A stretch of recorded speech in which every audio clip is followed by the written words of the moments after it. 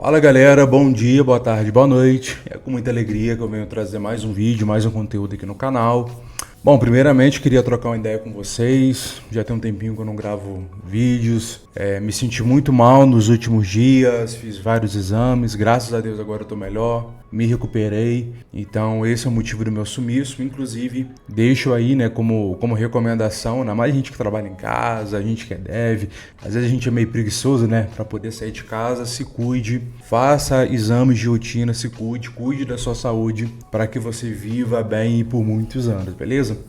Bom, no vídeo de hoje eu quero trazer algumas novidades, algumas coisinhas novas dentro do Java. Óbvio que estou trazendo, né, apenas algumas coisas, existem muitas outras funcionalidades, muitas features, mas eu quis trazer algumas que eu acredito que podem aí ser um diferencial ou no dia a dia ou até mesmo se você for questionado num processo seletivo, ok? Bom, a primeira coisa que eu queria, né, tá falando aqui para vocês, para poder começar aqui a nossa brincadeira, é sobre esse Epson GC, né? Esse GC aqui é de Garbage Collector, ok? Bom, este Garbage Collector, ele foi introduzido, né, ele foi implementado no Java 11 e basicamente ele é um coletor de lixo que não coleta o lixo, de uma forma bem como eu posso dizer, bem objetiva. Basicamente é isso, é um coletor de lixo que não tem implementado dentro desse Garbage um mecanismo de coleta de lixo na memória. Então, se você um dia quiser implementar um teste na sua aplicação, você tem uma aplicação simples, um void main, e você quer fazer algum teste de performance, teste de memória, coisa do tipo, pode ser que isso seja interessante. Se você quiser implementar, vamos supor, você quer implementar alguma aplicação que de fato você sabe que não vai ter estudo de memória e você não quer que haja um garbage por debaixo dos panos. Uma aplicação pequena, claro. Talvez faça sentido também, mas claramente, obviamente, você não vai colocar esse Garbage Collect em produção num serviço, numa aplicação que é core ali, né, do teu projeto, né? Óbvio que não, né? Você não vai ter um microserviço de pagamento, um microserviço que lida com boleto, com processamento de dados, que vai trabalhar aqui com esse garbage. Mas, né, para esses cenários, algum teste, alguma coisa assim do tipo, pode ser que te seja útil. Então, olha só, eu vou implementar aqui esse código. Esse código, basicamente, né, ele está criando aqui, no caso, 1 GB. Ele está criando, alocando 1 GB na memória.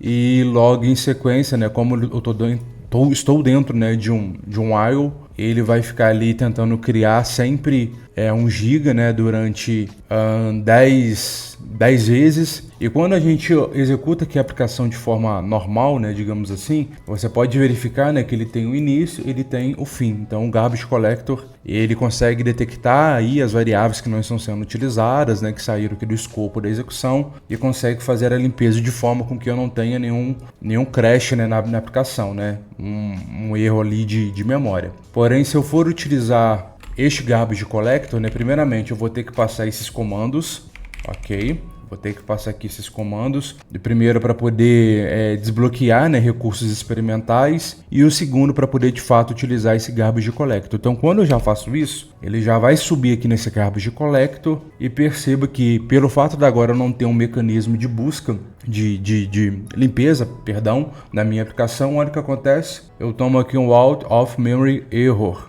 Um erro aí, né, de falta de memória na memória RIP da nossa JVM. Então, perceba que o nosso código ele teve início, mas ele não teve um fim, e com isso nós concluímos então a explicação desse Garbage Collector. Como eu falei, dificilmente você vai colocar isso em produção. Talvez uma função lambda na AWS, não sei. Talvez alguma coisa assim bem pequena, algo que sobe rapidamente, já morre, talvez faça sentido, mas certamente você não terá um microserviço com esse Garbage Collector. Mas está aí a curiosidade. Caso você queira fazer um teste de memória, entender melhor como funciona a memória RIP da JVM, pode ser que esse Garbage ele seja interessante, ok? Bom, outra coisa que eu queria falar, e isso também está implementado aqui no Java 11, é o fato de nós termos aqui um outro HTTP Client, ok? Então aqui eu estou utilizando o Try with Resource. Por quê? Porque se a gente for dar uma olhada aqui nessa classe, ela implementa o auto closable. Então eu coloquei dentro de um Try with Resource. E basicamente o que eu precisei fazer foi o seguinte. Aqui eu tenho o meu client, beleza? Preciso fazer um request também, preciso declarar um request. E para poder instanciar um request, eu basicamente preciso criar uma URI. E aqui está a minha URI, que por sinal, eu vou jogar aqui no navegador e vejo que aqui eu tenho, né, o meu JSON, tá vendo? Eu tenho aqui meu JSON, por sinal, né, o antigo CEP de onde eu morava. E basicamente esta é a minha URI. E uma vez que eu crio uma URI, eu já tenho acesso, né, aos métodos que eu posso estar utilizando. Então eu quero aqui utilizar um GET, eu mando buildar. O que eu faço isso? Ele cria aqui uma instância de HTTP request. E com isso, o que eu faço? Eu volto aqui no meu client, que foi declarado aqui em cima, chamo o send, passando esse request que veio aqui da linha anterior, e aqui eu informo que eu quero um retorno em string. E basicamente eu tenho meu response, eu estou printando aqui o meu body, né? O meu corpo que eu tive como resposta da minha requisição. Desta forma, o que eu tenho aqui o meu JSON em string funcionando perfeitamente. Então, se você trabalha, né, com outro tipo de HTTP client, no Java 11 eles trouxeram esta implementação que eu achei aí bem bacana, bem legal, ok? Bom, aqui a gente tem o Pattern Matching para o if, ok? No caso aqui para o instance of. Ele foi implementado no Java 14 como uma prévia e veio como recurso padrão da JDK na versão 16. E basicamente, né, aquilo que a gente tem é o seguinte, né? Eu tenho aqui um objeto no qual ficou, né, de forma genérica, né? Apesar da gente saber que é uma instância de pessoa, né? E pessoa aqui é um record. Aqui no nosso método, quando a gente receber, a gente vai estar recebendo como objeto. E basicamente o que a gente fazia é o seguinte, né? Até as versões mais antigas, a gente tinha que fazer o cache dessa forma, né?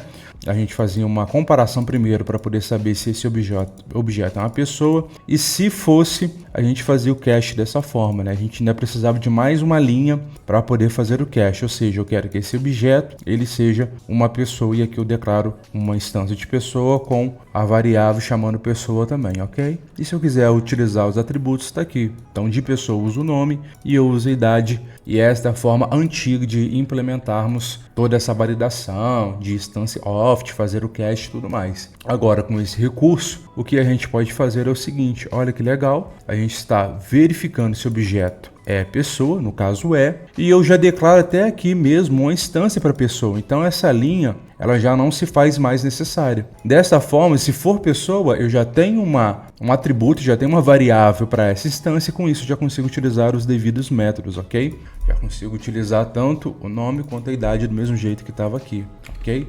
Para manter aqui um padrãozinho, vou colocar aqui, ok, e aqui. Perfeito, maravilha. Inclusive, dentro aqui, a gente ainda consegue fazer mais algumas validações. Vamos supor que você precisa saber se é pessoa, mas eu também só quero entrar dentro do if caso o usuário seja maior de idade, por exemplo. Então, além de você fazer a instância aqui, você pode comparar a idade. Se a idade ela for maior ou igual a 18, aí sim eu vou imprimir maior de idade. Executando aqui esse projeto, né, eu vou estar exibindo tanto como era antes, exibindo o nome e a idade, e fazendo a mesma coisa aqui no método depois, exibindo o nome e a idade, e agora printando também, né, maior de idade. Perfeito. Mais uma explicação aí que eu trouxe aí para vocês. Bom, agora nós temos o Pattern Matching para o Switch.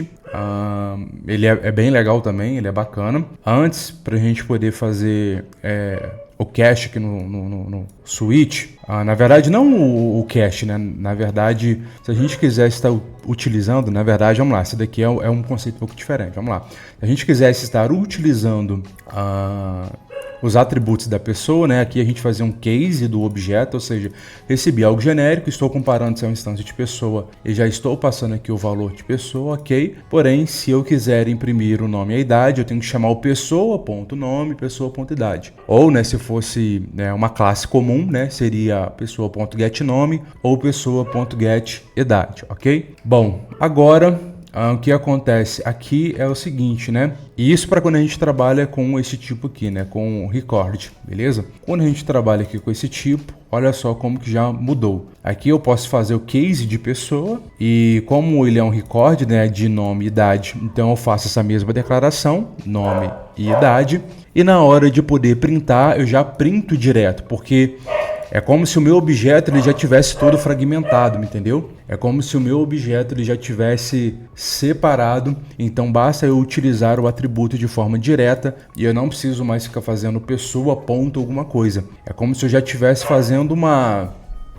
Tem uma palavra certa que eu esqueci, eu vou colocar até em cima aqui do vídeo, mas aqui já está todo fragmentado e basta eu utilizar aqui o atributo que veio aqui, né, no próprio construtor, utilizo ele direto e não preciso mais ficar chamando, né, o pessoa ponto alguma coisa, né, ou nome, ou get nome, enfim. Então vamos fazer um teste, né, lembrando que isso daqui é pro record, beleza? Vamos executar isso daqui e a gente vai verificar que funcionou perfeitamente, né? Bom, aqui no meu antes, por exemplo, eu tenho pessoa e na pessoa exibir o nome e a idade, então tá aqui, ó, 27 e o meu nome Matheus, tá aqui. Já no depois eu até passei aqui um integer, né, tô passando o inteiro e olha só o que eu tô fazendo. Na verdade isso aqui tá, vou utilizar outro exemplo mesmo, deixa eu utilizar aqui do mesmo objeto, vai ficar melhor. Pronto, e agora utilizando aqui do mesmo objeto, o mesmo resultado, então também tem aqui impresso Matheus 27, tá vendo? Porém, não preciso utilizar uma instância, né, do tipo pessoa, né? Eu já pego os atributos que estão aqui no construtor e consigo utilizar diretamente, ok? É mais um recurso. Ah, Matheus, mas tem certas funcionalidades que não são grandes coisas assim, sabe? Gente, aquilo que o Java, né, o que eu vejo que a galera tanto critica no Java é a questão de verbosidade. Então eu percebo que a galera está trazendo coisas novas para o Java para tentar deixar mais elegível, dar opções. Então você tem várias formas de fazer uma determinada funcionalidade. Todas elas vão dar o mesmo resultado, mas deixando o código mais legível, menos verboso, mais clean. Então, eu vejo que o Java ele tem tido, né, este cuidado. Bom, aqui, né, a gente tem o... Deixa eu verificar o que é isso. Ah, sim, aqui a gente tem o Record Partners, que também veio aí no Java 21. Bom, é basicamente aquilo que eu falei aqui também, só que aqui é para o switch e aqui a gente pode fazer aqui num if, né? Então o que a gente pode fazer aqui é o seguinte, né? Eu tenho o meu record, beleza, de pessoa, e eu consigo estar fazendo a separação aqui também. Então aqui eu tenho os meus atributos que compõem o meu record e aqui eu consigo estar utilizando ele de forma direta também, né? Antes eu teria que utilizar, né, o get nome ou get idade e aqui eu consigo chamar diretamente a variável, ok? Sem precisar utilizar, né, um pessoa.getNome, pessoa.getIdade. É a mesma coisa do anterior, mas a diferença é que aqui era para o switch e aqui é para um if, né, digamos assim. Lembrando que isso são recursos relacionados ao record, beleza? Bom, vamos lá. Isso daqui é bem legal também. Isso daqui é massa, também veio no Java 21, recurso do Java 21, que é simplesmente trabalhar, né, com esse sequenced collections. Claramente, né, a minha pronúncia não é das melhores, mas o objetivo é que vocês compreendam. Olha só, eu estou criando aqui uma array list com estes nomes, né, de string, então Matheus, Marcos, Lucas, João, ok? Então aqui eu tenho uma lista com esses nomes. E antes, se eu quisesse pegar o primeiro elemento, eu tinha que fazer um get 0, porque o array em Java começa da posição 0. E se eu quisesse pegar o último, eu tinha que fazer o size menos 1. Convenhamos, né? Isso de fato não é algo muito bonito, né? Apesar que por debaixo dos panos é isso que vai acontecer, seria bem legal, mais legal, se o Java já trouxesse de forma padrão, de forma nativa na JDK, um recurso que nos trouxesse mais facilidade para acessarmos ou o primeiro elemento ou o último. E foi isso que foi feito através dessa interface, foi isso que foi feito. Porque eles criaram uma interface com novos métodos e agora nós temos as implementações que acabam implementando esse método e com isso a gente obtém o mesmo resultado. Então agora, em vez de utilizarmos o get 0 para poder pegar a posição 0, a gente tem o get first e a gente tem esse daqui para poder pegar da última posição. Então eu tenho métodos próprios que, óbvio, por debaixo dos panos vai estar fazendo isso, mas fica mais elegante, né? Convenhamos, né? Eu acho bem feinho, né? Eu gosto de Java, mas eu tenho que admitir, é bem feinho ficar pegando o próprio nome da lista, ponto size menos 1, sendo que agora eu tenho um método próprio que vai pegar a última posição. Ah, Matheus, mas é só isso que ele trouxe de recurso? Não, olha só. Isso daqui, né, a interface, né, que eu estou falando aqui para vocês, tá vendo? É uma interface. E basicamente é o seguinte, né, por sinal, né, é a dica que eu trago aí para vocês, olha. Sempre dê uma olhada nisso daqui. Sempre dê uma olhada nisso daqui. Entre dá um Ctrl-clique e entra nas classes, nas interfaces, dá uma olhada naquilo que ele está fazendo. Olha só, agora eu tenho um método que faz a ordenação de forma reversa. Então, no caso, ficaria ao contrário, né? O primeiro seria o João e assim por diante. Agora eu consigo adicionar no começo, consigo adicionar no final. Eu consigo pegar o primeiro, consigo pegar o final. Removo o primeiro da lista, removo o do final e assim por diante. Dando continuidade às novas melhorias, a gente tem aqui uma melhoria considerável no Switch. Inclusive, eu até postei isso já no meu Twitter. Eu coloquei aqui a forma mais garrancho mesmo que muitas pessoas conhecem e fazem. Garrancho mesmo, ok, eu admito, né? Então aqui eu recebo o nome do dia da semana e quero retornar uma frase depender do dia, né? Então se for segunda, terça, né? De segunda a sexta eu quero imprimir que é dia de semana, sábado e domingo eu quero imprimir que é final de semana. É uma forma bem garrancha de fazer, eu concordo. E agora, depois das implementações, a gente consegue estar fazendo isso dessa forma. Então aqui eu coloco todos os meus cases que contemplam esta frase, né? Ou seja, todos os meus cases que são dia da semana, segunda, terça, quarta, quinta e sexta, e aqui a mesma coisa para o sábado e domingo para o final de semana. E o grande legal no meio disso tudo é que eu estou implementando uma função lambda, né? Uma função lambda que não recebe nenhum argumento, né? Que não recebe nada como argumento, e eu ainda por cima consigo estar devolvendo um callable. Seria um callable? Deixa eu dar uma olhada. Seria tipo um callable, né? Que não recebe nada como parâmetro, ok, mas que devolve algo. Perfeito, é isso mesmo. Então eu consigo estar devolvendo aqui, neste caso, uma string. Então aqui meu método está retornando uma string e eu consigo fazer esse return switch desta forma. Então aqui já está retornando uma string e ficou muito mais legível do que era antes, ok? Aprenda funções lambda. É muito importante você ter conhecimento de funções lambda, ok? Bom, text block, se não me engano, esqueci de colocar, dei mole, mas se não me engano veio no Java 14, eu acho.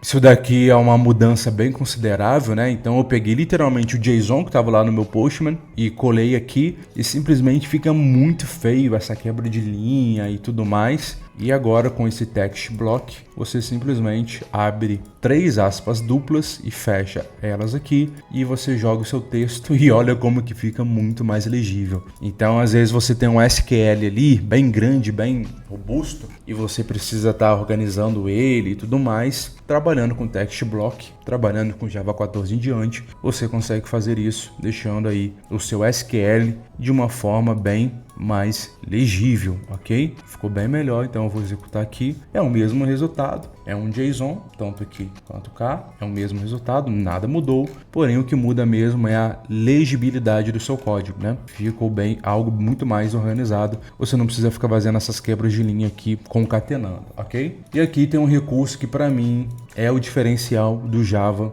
o recurso diferencial aí do Java 21, que é poder trabalhar com Virtual Threads.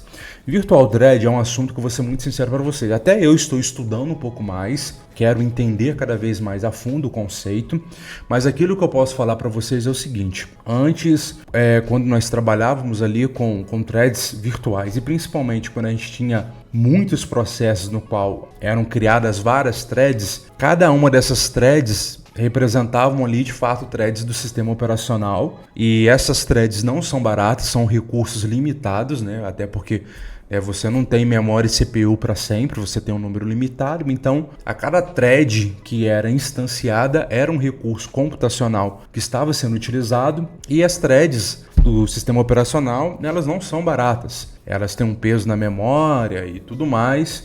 E ela tinha, né, as suas características, né? Operações de leitura, de escrita, operações de I/O eram operações, né, de entrada, saída, enfim, eram operações que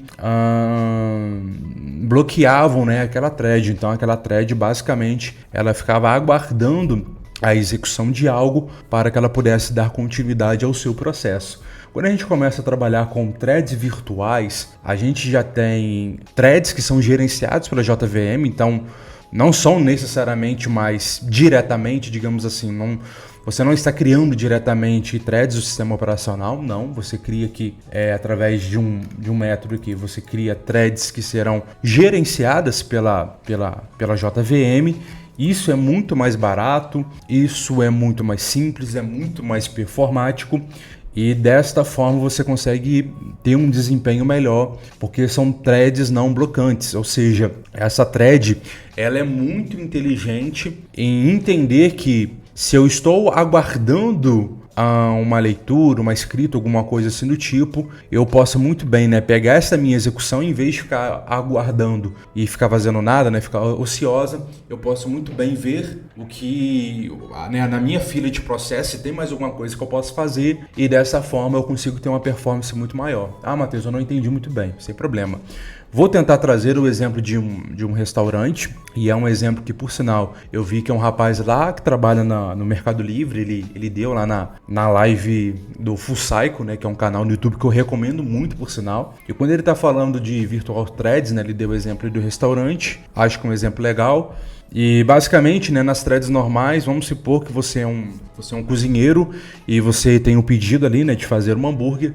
Basicamente, com threads normais, você coloca, por exemplo, um hambúrguer na chapa e você fica simplesmente sem fazer nada, esperando com que aquele hambúrguer ele fique pronto. E uma vez que ele fica pronto, você coloca o ovo para poder fritar. E uma vez que ele fica pronto, você coloca depois o bacon e assim vai, né, de forma sucessiva até com que o pedido ele fique pronto. E isso não é muito performático. Com as virtuais threads, pelo que eu entendi, claro, estou aberto também a algum conselho, alguma orientação, mas pelo que eu entendi das virtuais threads, basicamente, enquanto o cozinheiro ele está virando ali o hambúrguer da chapa, ao mesmo tempo ele já partiu o pão, já passou manteiga no pão, ao mesmo tempo ele já está botando o ovo na chapa também, está virando o ovo, está virando hambúrguer do outro lado, e ele vai fazendo várias coisas ao mesmo tempo. Então, para aquele pedido, para aquelas várias tarefas, elas estão ali concorrendo por um mesmo cozinheiro. Então, o cozinheiro está trabalhando de forma concorrente também. Tanto que esses pacotes aqui, eles são do pacote de concorrência aqui do Java Útil, ok?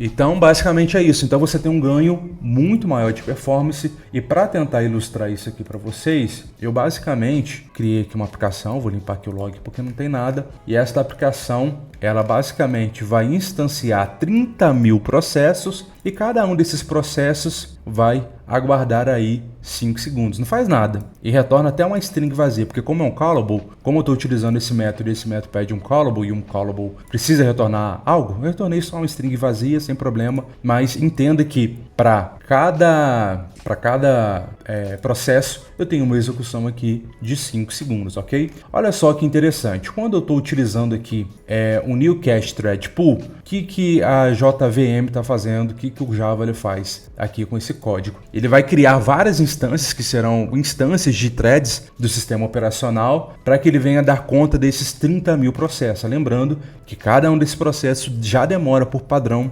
5 segundos, ok? Agora, olha a diferença de quando eu mando executar em threads virtuais. Uma execução eu tive 23 segundos e a outra eu tive 5 segundos. Ou seja, com threads virtuais, basicamente é como se ele conseguisse startar todos os processos de uma vez só. Porque se você for dar uma olhada, considerando que o meu processo ele dura 5 segundos e com threads virtuais finalizou justamente 5 segundos, é como se de uma vezada só ele já fosse capaz, ele tivesse a capacidade o suficiente para já criar todos os 30 mil processos, e é como se esses 30 mil processos rodassem todos de uma vez. E como é um processo que demora 5 segundos, então foi o tempo que ele deu aqui, finalizou em 5 segundos. Então eu tive uma performance assim, absurda, máxima, com a execução de Virtual Threads. Coisa que eu já não consigo fazer com este método, porque como ele vai criar threads do sistema operacional, e são recursos finitos e limitados, então ele já provavelmente, né, não conseguiu criar 30 mil threads, né?